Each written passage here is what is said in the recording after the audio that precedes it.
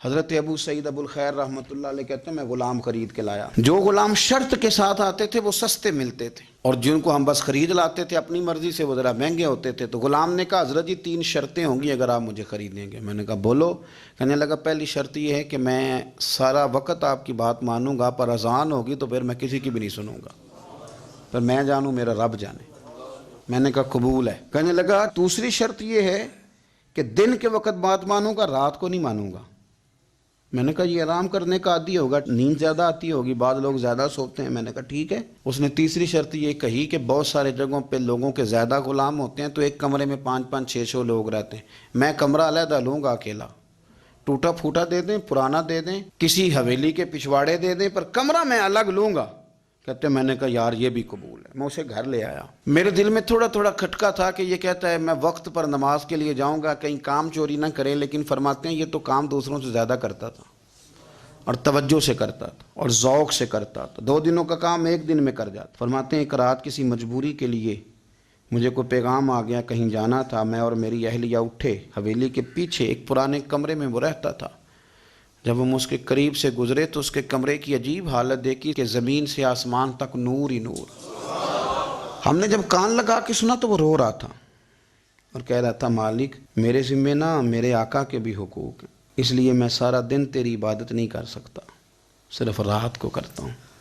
مالک اگر میرے ذمہ تو نے یہ ڈیوٹی نہ رکھی ہوتی تو میں سارا دن بھی تیری بارگاہ میں حاضر رہتا، میں قرآن کی تلاوت کرتا، میں تیرے محبوب پہ درود و سلام پڑھتا، میں یہاں آ جاتا تیری ہی بارگاہ میں، پر میرے حقوق ہیں. اللہ وہ جو دن کی میری غفلتیں ہیں وہ معاف کر دے. حضرت فرماتے ہیں بڑا ذوق بڑا شوق، ہم نے جہاں جانا تھا گئے نہیں، واپس آ گئے. رات ہم نے اس کو مداخلت کرنا اور تکلیف دینا مناسب نہ جانا. صبح کی نماز کے بعد میں نے طلب کیا اور میں نے اسے بلا کر کے کہا کہ میاں تو آج کے بعد آزاد ہے، ہماری کوئی ذمہ داری تیرے اوپر نہیں، تو سارا دن قرآن شریف پڑھ، درود پاک پڑھ، اپنی مرضی سے چل. کہنے لگا کیوں؟ جلال میں غصے میں بات کرنے لگا. کیا مطلب ہے آپ کا؟ میں محنت کروں گا، کام کروں گا، یہ آپ کیا کہہ رہے ہیں؟ تو فرماتے ہیں میں نے اس سے کہا کہ رات نا ہم نے تیرا منظر دیکھ لیا، تیری دعائیں تیری التجائیں، رب کے ساتھ تیرے رشتہ ہم مطلع ہو گئے. کہتے ہیں ہم نے یہ کہا تو اس نے آسمان کی طرف دیکھا، پھر نظر جھکائی، کہنے لگا مالک تو نے تو راز ہی کھول دیا. یہاں لوگوں کی جعلی کرامت مشہور ہو جائے تو وہ کمائی نہیں کرنی شروع کر دیتے، تویز دھاگے کی دکان نہیں چل جاتی.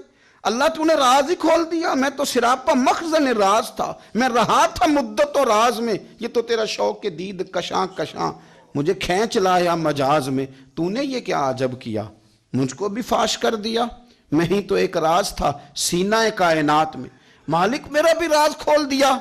اور پھر کہنے لگا اللہ یوں نہ کر، تیرے میرے پردے ہیں، ان پردوں کو نہ کھول. یہ لفظ کہے زمین پہ لیٹا، کلمہ پڑا، روح ہی پرواز کر گئی. عرش فرشتے بانگا ملیاں، مکے پہ گیا شور. بلے شاہ اسا نہیں مرنا، اے تے مر گیا ہی کوئی ہور، اسا نہیں مرنا تے مر گیا ہی کوئی ہور.